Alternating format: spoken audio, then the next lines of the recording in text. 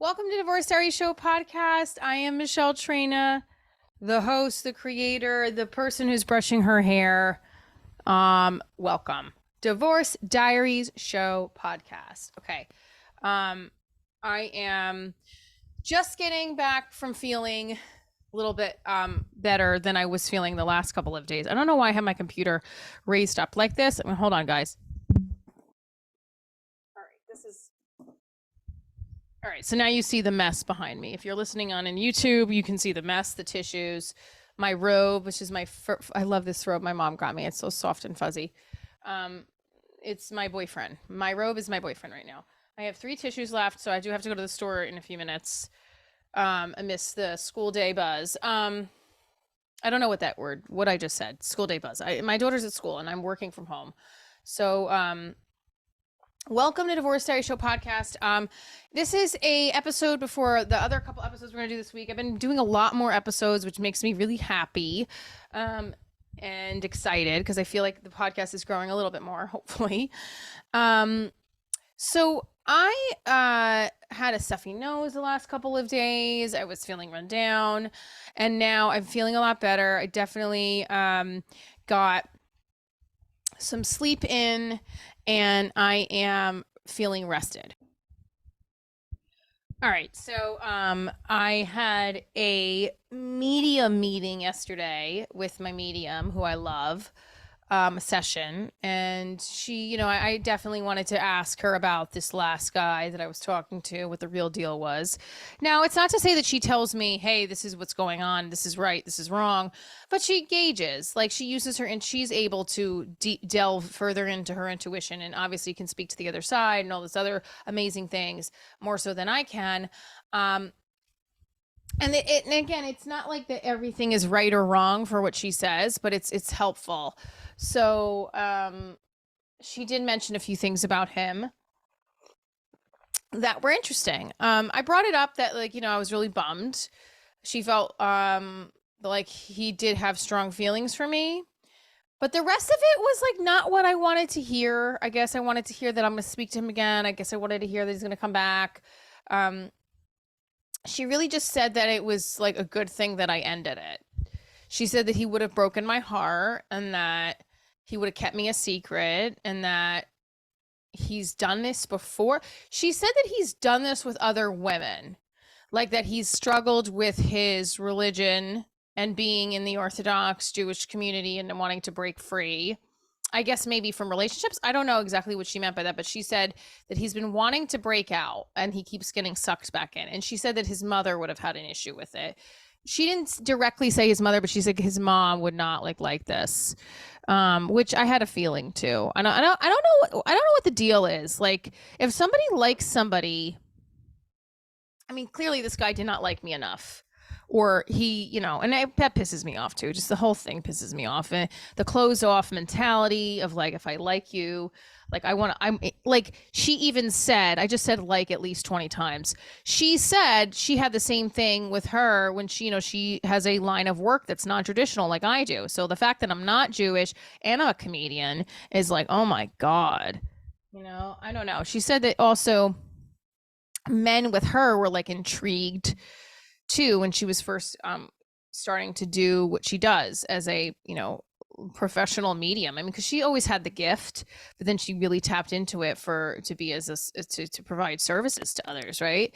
And so, like, for me, I make fun of the things that are going on in my life in a way that will help people, and he didn't want to be a part of that. So like, even if there was no religious barrier, I would have still had the issue of that is like a non-negotiable. Like, for me, the non-negotiable for him was religion. Non-negotiable for me was not incorporating the person I'm with into my stand-up comedy.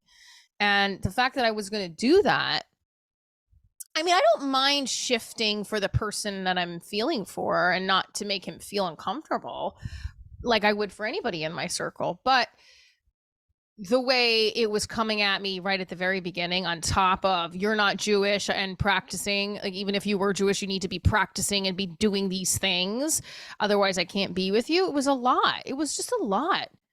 And And again, he was very open about it from the beginning. But that, I guess that's what bothers me, is just like he couldn't even enjoy us getting to know each other and then make a decision. But I, like you've heard in the last couple episodes, everyone's been telling me like that's just not how it works, especially if somebody is Orthodox. Again, this is not me speaking. People that I have friends and family members, colleagues who are Jewish that told me this is something that's embedded in his brain since you're a kid. Um, I mean, I don't know. I just think my medium said that it was best that I broke it off. She thinks also this picture I talked about that was on Facebook, she reminded me, because I said, I'm like, but he didn't post it. Pissed me off, but he didn't post it. But he was tagged in it. She goes, yeah, he had to approve that tag. And she said that she's like, I think he did that with the intention to see how you would react. And that upset me because he doesn't seem like the type that would do that. But then I was like, well, because I was like, no, I don't think he would do that. She's like, no, he had to approve that. And I realized every time somebody tags me on Facebook, you have to approve it on your timeline. And that came up on his timeline. So, because that's how I saw it. It came up in my feed as somebody I'm friends with, right? So when I realized that, when she said that, that clicked into my brain of like, yeah, maybe he was testing me. Well, I don't think he was thinking this deeply, but he is an overthinker. So maybe he was thinking, let's see, Michelle has a little bit of this temper, not temper, but Michelle's being very emotional. And I told her I would take her out to celebrate her dad's life, but I don't know if it's a good idea. So let me do this to see how she reacts, and then we'll go from there. Like I maybe he was doing that. I don't know, but she did say she thinks he did it intentionally, which is fucked up if he did. I mean, the picture's down. I only saw that the picture's down because a friend of mine looked. This is sounding really bad. I've had my friend look on Facebook because I can't see his Facebook profile anymore because I blocked him and he blocked me. And she's like, the picture's down. Although, I know either the picture's down or it's on private. Either way, I can't see it. So whatever he fucking did or didn't do, I don't know. It still hurt really badly. Like, in other words, here's the gist of the picture. It hurt my feelings really badly to the point I was crying on and off all day long because it was reminding me that I am not Jewish and I don't fit into this mold of what this guy is looking for. And we have this great connection that he was willing to throw away because of my religion and something I can't control. And it just hurts. And it's really not a reflection on me, it's a reflection on him. But it still hurt. It just hurt. And I wanted to throw a fucking milk and meat spoon at him. I don't know. That's just not nice. I'm just trying to make a fucking kosher joke and it's not hitting. And now I'm kind of on this like I want to date a Jewish guy kick. I don't know why. I don't care if they're Jewish, Catholic, Muslim, Buddhist, but I'm intrigued by men who are fit into their faith and their spirituality. So maybe that's what it was. I think physically we were attracted. Well, definitely physically we were attracted to each other. He's not Latin, but there was like I actually think he said he was a little Spanish, which is interesting.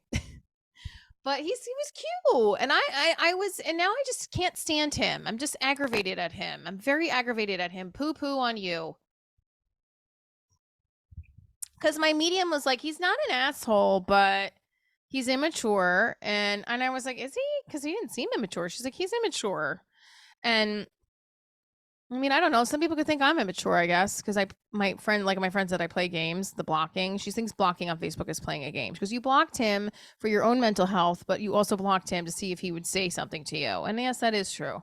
And he didn't say anything to me, so I guess I lost the game. Oh God. So my question to my medium was, so basically the gist was I didn't hear anything really grand that I wanted to hear about this guy, which was he is coming back and he's going to shower you with gifts and praise and not care about the religion. No, she didn't say that at all.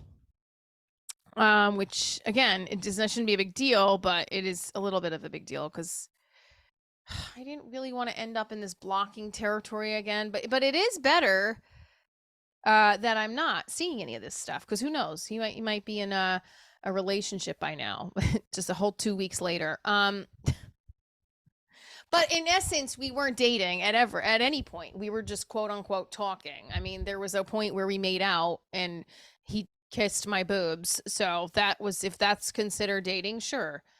It still hurts. It still hurts. The whole thing sucks. I'm sick of meeting things that men that are not things we're not going to work out with. And she said to me, I said, is there going to be somebody in the near future that I connect with? And she like that I can be with in a relationship. She's like, yes, there's going to be two. I'm like, two? I'm going to date two men at the same time? I don't know. She just said there's going to be a lot.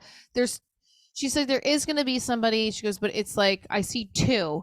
I don't know what that means, because I am curious, because that means if there's two, they're not going to be at the same time. That means I'm going to go through another breakup / miserable pain again, and I cannot handle it unless this is what the prep for is. I don't know. Um, and another thing that I asked her about was like my show was like, is there going to be the investor that comes along and invests money into us filming season 1? That is the biggest next hurdle, is making these 6 episodes in Divorce Diaries world of season 1 and getting it to the right people to get it onto a bigger platform. Like we really, my team, I mean, I am the central force of this show, and I have a great producer, but if I fucking fail, I have other people on my team now that I don't want to fail for them either.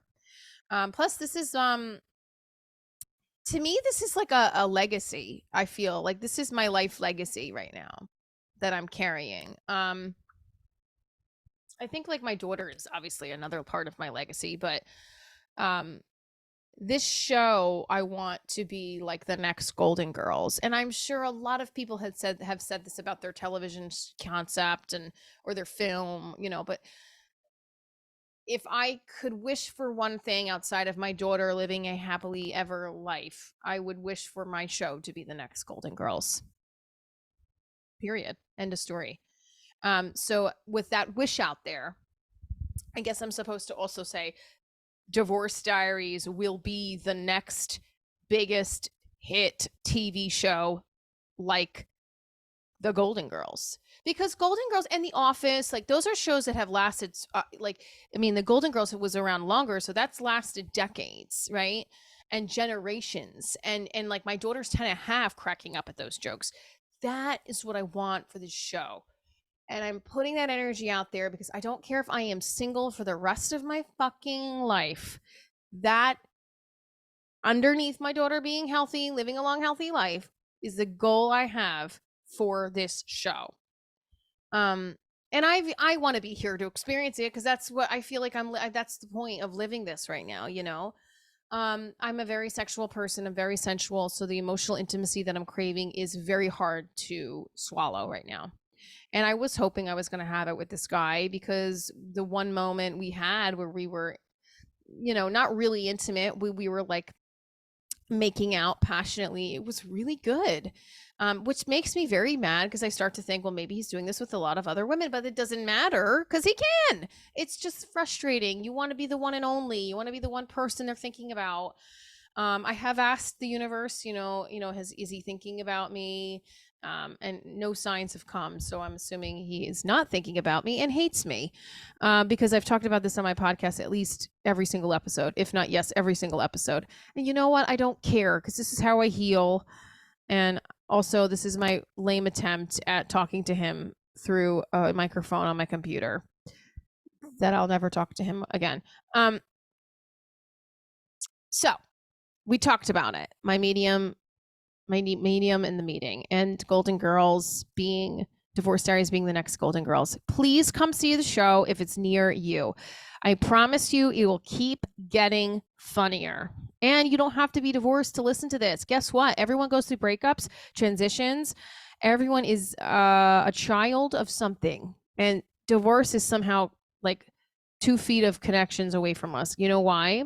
Because we break up with something in our life. We always do. There's always something we break up with, whether it's food, exercise, a relationship, a job change. We are throughout our life having breakups. So this show is connected to everybody. But I called it Divorce Diaries because when I first got divorced, I moved back home with my parents, my grandmother, my child, my handicapped dog, and I felt like I was the real housewife without the house. And I just kept saying Divorce Diaries, and it came to me. So hopefully you will continue to listen and come to a live show. New Year's Eve is at the West Side Improv in Wheaton, Illinois. And I'm very excited. It's a suburb of Chicago. There are, I think we have like half of a sold house, which is pretty good, but we want to be sold out. It's New Year's Eve, baby. And then also on January 14th is on and like. I need to stop saying on and like.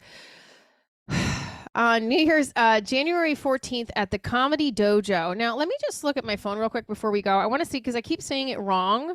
It's kind of like Hanukkah. I can't spell Hanukkah even after I look up the word, and it's pissing me off that I keep doing. That's probably why these guys don't want to date with me either. Okay, so wait. Let's go to Comedy Dojo. January 14th, I'm going to be in Morris Plains,